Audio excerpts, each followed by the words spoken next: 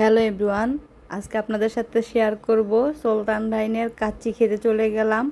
কুমিল্লা পূবালী চত্বরের পাশেই সুলতান ডাইন হয়েছে, ইদানিংয়ে তার উদ্বোধন হয়েছে। আর আজকে আমরা চলে গেলাম খেতে। তারপর আমরা ভিতরে প্রবেশ করলাম। গেট দিয়ে ঢুকে দেখি যে সুলতান সাহেব বসে আছেন ওনার স্ত্রীকে নিয়ে, খাওয়া দাওয়া করতেছে। বললাম যে খাওয়া দাওয়া করেন আপনারা, আমরাও খেয়ে আসি, তারপর আপনাদের সাথে কথা হবে। তারপর আর চলে গেলাম উপরে। উপরে যে অনেক সুন্দর করে ব্যানার দেওয়া আছে সুলতান ডাইনের। এখানে 299 টাকা থেকে শুরু করে কাচ্চি, মাটন কাচ্চি সব কিছুই পাওয়া যায়। এখানে স্ক্যানিং করারও সুযোগ আছে। তারপর আর হাঁটতে হাঁটতে আমরা চলে গেলাম দোতলায়। দোতলায় এ পাশটায় রান্না করতেছিল, এদিকে রান্না হচ্ছে।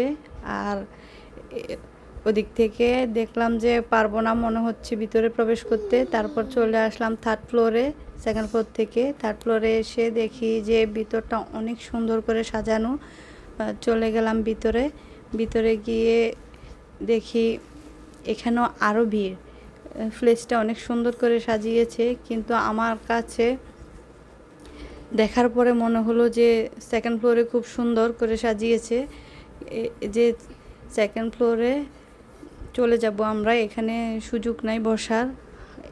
একটু ভিডিও করলাম আর চলে যাচ্ছি আমি নিচের ফ্লোরে। তারপর আমি মারুফ বের হচ্ছি, জুমা আছে সাথে।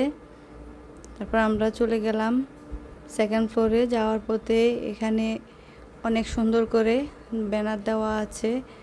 তারপর চলে এসেছি আমরা সেকেন্ড ফ্লোরে। সেকেন্ড ফ্লোরটা আমার কাছে খুবই সুন্দর লেগেছে। সেকেন্ড ফ্লোরে বসে বাহিরের ভিউ দেখা যায়। এই যে এদিক থেকে পূবালী চত্বর দেখা যায়, আর খুবই সুন্দর লাগছে দেখতে। যে লাইটিংগুলো খুব সুন্দর হয়েছে।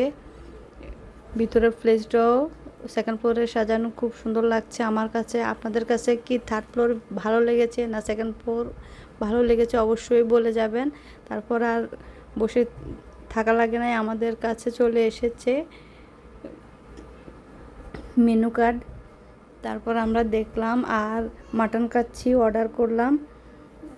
জুমা আর মারুফ ওয়েট করতেছে কখন খাওয়া আসবে। আর আমরা পানিটাও কিনে নিতে হয়েছে আলাদাভাবে। পানিতেও সুলতান ডাইন লেখা ছিল ওনাদের। তারপর আর আমাদের চলে এসেছে সেই কাঙ্ক্ষিত কাচ্চি। আর আমি এক এক করে নিয়ে নিলাম, 3 প্লেটে নিয়ে নিয়েছি, মারুফের, জুমার আর আমার। তারপর আমরা খাওয়া শুরু করেছি। টেস্ট মাশাআল্লাহ খুবই ভালো খেলাম। আর মারুফ বলতেছে আমাকে শসা দাও, ও আসলে নিজে হাতে খায় না। তারপরে ওখানে খেয়েছে আর বিলটা ও দিবে। ও ভাবতেছে যে হ্যাঁ এটা নিয়ে বাসায় চলে আসা যাবে। তারপর আমরা আর হাঁটি হাঁটি পা করে চলে আসতেছি সুলতানে। আর ওনার স্ত্রী এখনও খাওয়া দাওয়া করতেছে। আর ভাবলাম যে কি কথা বলবো, আর চলে এসেছি। তারপর আর আজকের ভিডিও পর্যন্ত, আল্লাহ হাফেজ।